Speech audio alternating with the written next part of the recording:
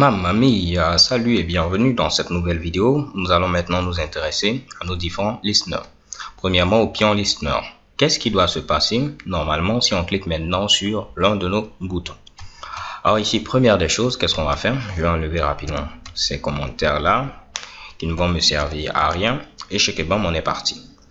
Première des choses, il faudra savoir sur quel bouton on a cliqué. Ok, donc je vais mettre ici trouver le bouton sur lequel on a cliqué. Désolé pour les accents. Ensuite, on va vérifier est-ce que le jeu est terminé. Parce que lorsqu'on clique sur un bouton, peut-être qu'il vient de terminer le jeu puisqu'il a gagné ou bien on a un match nul, ainsi de suite. Donc, on va vérifier est-ce que le jeu est terminé. Donc, comme on a l'habitude de le dire, est-ce qu'on a un game over? Ok? Alors, si tel est le cas, on ne fait rien. C'est-à-dire que lorsque le jeu est terminé et que l'utilisateur clique encore sur nos fameux pions, il ne faut rien faire parce que le jeu est terminé. S'il veut rejouer, il doit cliquer sur le bouton rejouer. Ensuite, si le jeu n'est pas terminé, on va vérifier est-ce que l'emplacement est valide. Ok? Donc vérifier si emplacement valide. Emplacement comme ceci valide. Alors, vérifier si l'emplacement est valide, cela correspond à quoi? Par exemple, on a déjà mis ici une croix ou bien un cercle au niveau ici de ce fameux pion. Donc, vu que c'est déjà utilisé, on ne peut pas venir remplacer. Donc, si dans notre cas, l'emplacement est invalide, qu'est-ce qu'il faudra faire? Il faudra faire notre animation shake, donc shake animation. Et ensuite, il faudra afficher emplacement invalide. Donc, ce qu'on est en train de faire, c'est ce qu'on appelle un pseudocode. Vous aurez pu même écrire un algorithme, mais là, on va s'intéresser simplement à la logique. Qu'est-ce qu'on est censé faire étape par étape et après, on va penser à l'implémentation. Maintenant, dans le cas où l'emplacement n'est pas invalide, donc dans le cas contraire, qu'est-ce qu'il faudra faire? Donc, si l'emplacement n'est pas invalide, ce qu'on va mettre premièrement, c'est le symbole de l'utilisateur courant. Si l'utilisateur courant, c'est celui qui a le X, alors on va mettre ici au niveau du pion son symbole, le X. Si c'est celui qui a le cercle, au niveau ici maintenant du fameux pion, on va mettre ici son symbole, c'est-à-dire ici le fameux cercle. Ok? Donc, on va mettre le symbole de l'utilisateur courant. Donc, après avoir mis le symbole de l'utilisateur courant, plusieurs cas peuvent se produire. Premier cas, l'utilisateur peut avoir gagné. Ok, donc je peux mettre ici un utilisateur a gagné. Donc si un utilisateur a gagné, on va mettre ici un message de confirmation. Donc message de confirmation pour dire que l'utilisateur a gagné. Un autre cas qui peut se produire, c'est que lorsqu'il met son symbole, le tableau est plein, c'est-à-dire on a un match nul. Donc à ce niveau là, si le tableau aussi est plein, alors il faut afficher match nul. Donc afficher match nul. Donc comme vous pouvez le voir, plusieurs cas de figure peuvent se produire. C'est à nous de pouvoir voir ici l'ensemble de ces cas, étape par étape. Donc si on a affiché match nul, il faudrait dire également que le jeu est terminé. Donc ici, notifier que le jeu est terminé. Donc si un match nul, c'est que le jeu est terminé, on ne fera plus rien. Donc dans le cas où, lorsque l'utilisateur a mis son nouveau pion, personne n'a gagné, le tableau n'est pas plein, donc il n'y a pas de match nul, alors on va informer l'autre joueur pour dire que c'est son tour. Donc alors on informe le prochain joueur. Et je crois que c'est tout ce qu'il y aura à faire au niveau maintenant de ce fameux pion listener. On va tenter de voir cela avec quelque chose de beaucoup plus graphique.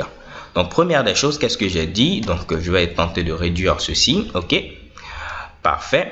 J'ai dit première des choses, trouver le bouton sur lequel on a cliqué. Donc lorsqu'on clique sur un bouton, on doit d'abord savoir sur quel bouton on a cliqué afin de savoir où est-ce qu'on doit mettre la croix ou bien où est-ce qu'on doit mettre le cercle, ainsi de suite.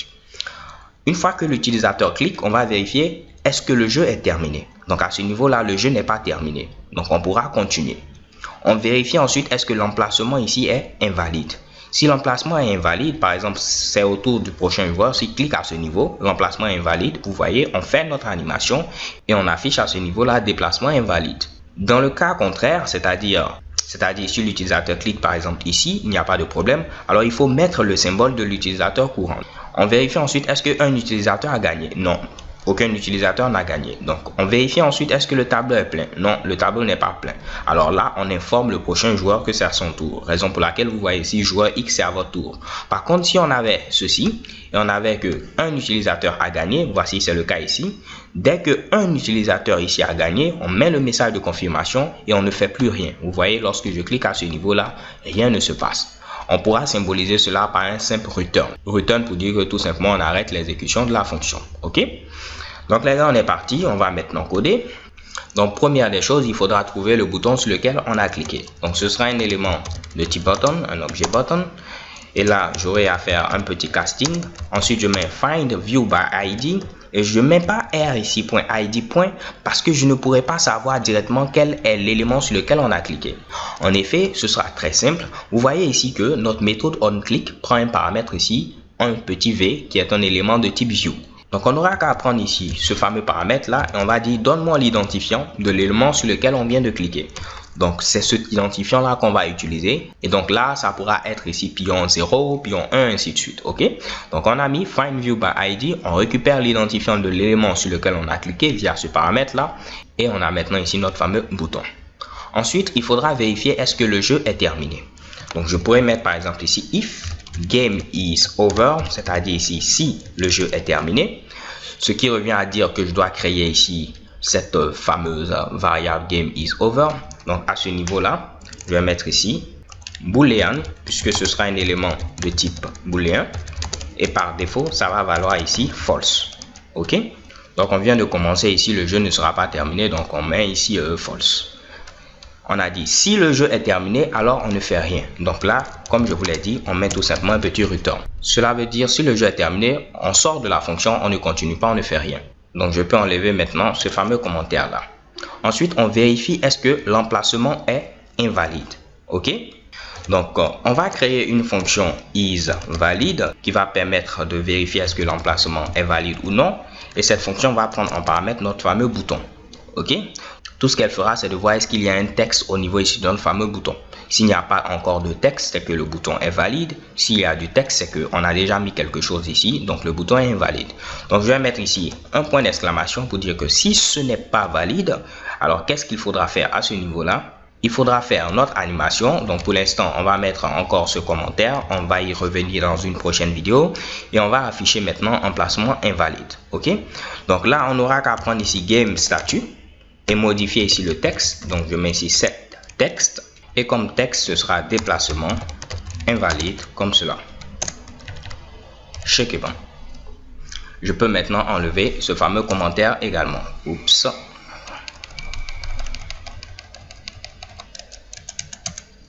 Parfait. Maintenant, on dit dans le cas contraire, il faut mettre alors le symbole de l'utilisateur courant. Donc là, je mets alors else dans le cas contraire, mettre le symbole de l'utilisateur courant. On aura une autre méthode, cette symbole, qui prend en premier paramètre notre fameux bouton, histoire de savoir où est-ce qu'on doit mettre le symbole. Et ensuite, en deuxième paramètre, il faudra donner le fameux symbole. Donc, ce que je vais faire, je vais créer ici d'autres variables. Une première variable qui va être appelée ici current term, qui va être initialisé à 0. Je vais vous l'expliquer dans quelques instants. Et un tableau de chaîne de caractères que je vais appeler joueur. Et il y aura deux valeurs. Ce sera x et ensuite le fameux cercle. Check bon. Donc on aurait pu mettre le crochet également à ce niveau-là, pas de souci, ok? Donc x c'est ici joueur 0. Et le fameux O c'est ici joueur 1. Ok? Donc joueur comme ceci. 0 c'est x et joueur 1 c'est le fameux cercle. Donc ce sera très simple. Au niveau du jeu, vous voyez, qui joue en premier c'est le joueur x. Donc je n'aurai qu'à mettre ici joueur crochet current term pour dire que c'est le joueur x qui joue en première position. Après, si je veux dire que c'est autour du joueur qui a le cercle, il faudra tout simplement modifier la valeur de current term. Donc à ce niveau, je pourrais mettre joueur current term comme ceci et current term. Ce sera à nous maintenant de modifier la valeur de current term et créer également cette symbole. Une fois qu'on a fait ceci, on doit vérifier également est-ce qu'un utilisateur a gagné. Pour vérifier si un utilisateur a gagné, au niveau de game is over, on aura une méthode winner exist qui permet de vérifier est-ce qu'un gagnant existe. Si un gagnant existe, on aura donc true à ce niveau. Si un gagnant n'existe pas, on aura tout simplement false. Donc tout ce que j'aurai à faire, c'est maintenant vérifier le contenu de game is over. Est-ce que game is over est égal à true? Donc si le jeu est terminé, on doit mettre ici un message pour notifier les joueurs que le jeu est terminé. Donc je vais mettre ici le joueur, ensuite mettre son symbole qui sera ici joueur et entre crochet current term a gagné. Shakebum comme ceci. Donc on aura par exemple le joueur X a gagné, le joueur qui a le sec a gagné, ainsi de suite. On descend. On doit vérifier également est-ce que le tableau est plein. Donc je mets ici if board is full, donc c'est-à-dire est-ce que le tableau est plein. Donc remarquez que je prends généralement des noms ici en anglais, libre à vous de mettre ici si le tableau est plein, ok, pas de souci à ce niveau là. Donc je mets ici si notre fameux tableau est plein, alors là on va afficher match nul. Donc je copie cette ligne, je la colle à ce niveau là et je mets tout simplement match nul. Ensuite il faudra notifier que le jeu est terminé. Donc au niveau de game is over, ce sera ici true pour dire que le jeu est terminé. Donc là également, dès qu'on a affiché que tel joueur a gagné, il ne faudra plus rien faire. Donc je mets également un petit return. De même ici, si le tableau est plein, on a mis match nul, on a dit que le jeu est terminé, on ne fait plus rien, on met également un petit return. Donc là on a fini cette partie.